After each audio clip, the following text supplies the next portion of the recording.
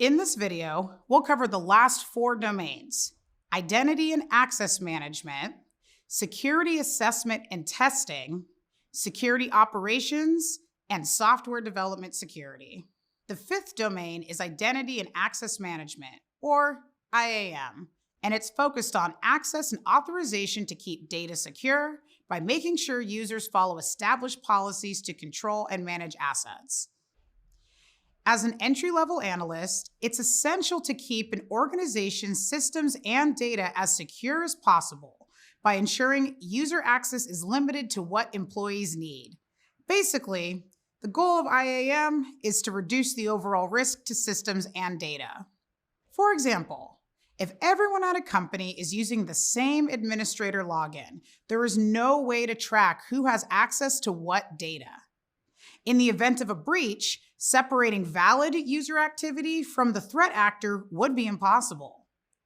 There are 4 main components to IAM. Identification is when a user verifies who they are by providing a username, an access card, or biometric data such as a fingerprint.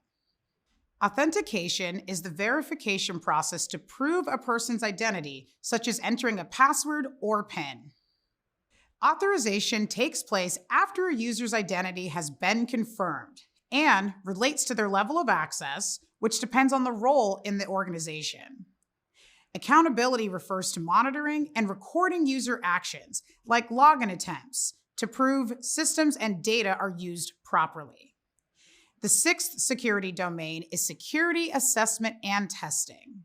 This domain focuses on conducting security control testing, collecting and analyzing data, and conducting security audits to monitor for risks, threats, and vulnerabilities. Security control testing can help an organization identify new and better ways to mitigate threats, risks, and vulnerabilities.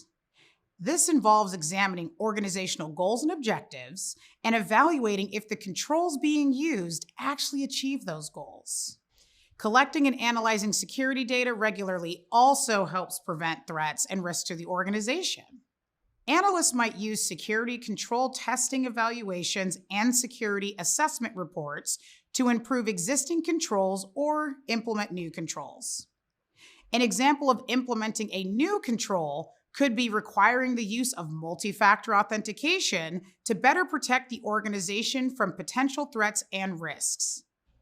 Next, let's discuss security operations. The security operations domain is focused on conducting investigations and implementing preventative measures. Investigations begin once a security incident has been identified. This process requires a heightened sense of urgency in order to minimize potential risks to the organization. If there is an active attack, mitigating the attack and preventing it from escalating further is essential for ensuring that private information is protected from threat actors. Once the threat has been neutralized, the collection of digital and physical evidence to conduct a forensic investigation will begin. A digital forensic investigation must take place to identify when, how, and why the breach occurred. This helps security teams determine areas for improvement and preventative measures that can be taken to mitigate future attacks. The 8th and final security domain is software development security. This domain focuses on using secure coding practices. As you may remember, secure coding practices are recommended guidelines that are used to create secure applications and services. The software development lifecycle is an efficient process used by teams to quickly build software products and features. In this process, security is an additional step.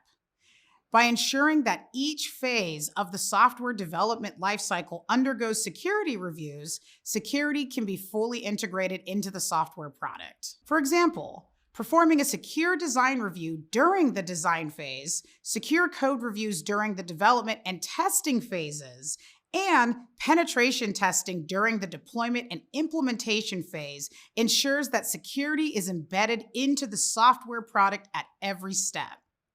This keeps software secure and sensitive data protected and mitigates unnecessary risk to an organization. Being familiar with these domains can help you better understand how they're used to improve the overall security of an organization and the critical role security teams play. Next, we'll discuss security threats, risks, and vulnerabilities, including ransomware, and introduce you to the 3 layers of the web.